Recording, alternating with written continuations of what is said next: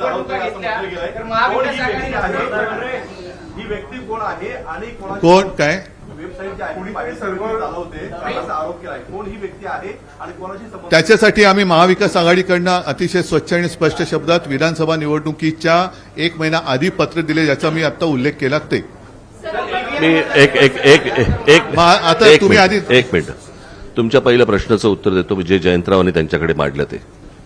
पहिली गोष्ट म्हणजे ज्या वेळेला तुमच्याच चॅनलवरती तुमच्यामध्ये तुमच्या नाही चॅनलवरती ज्या वेळेला एक बातमी येते अशा अशा प्रकारच्या खोट्या यादीची आणि त्याच्यानंतर ती 6 वाजता गायब होते.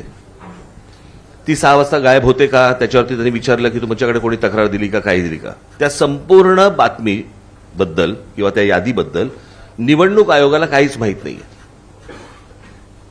केंद्रीय निवडणूक आयोग आणि राज्य निवडणूक आयोग ते म्हणाले की आम्हाला ह्यातलं काहीच माहीत नाहीये. ते म्हणाले आम्ही माहिती घेऊन सांगतो. आता प्रश्न असा आहे की त्यांच्या वेबसाईटवरनं गायब झालेत ज्या तुमच्या चॅनलवरती दाखवले गेले आहेत.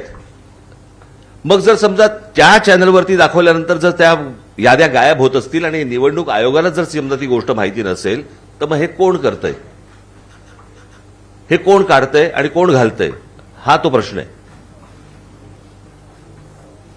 आणि ही गोष्ट त्यांना विचारली गेली त्याच्यावरती ते बोलले की आम्ही चौकशी करून सांगतो.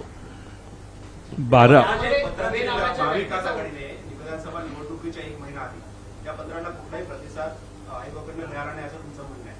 मग जर त्या पत्राला जर प्रतिसाद मिळाला नसेल तर आता तुम्ही सगळे एक्सरसाइज करताय त्याला प्रतिसाद मिळाला कशावर?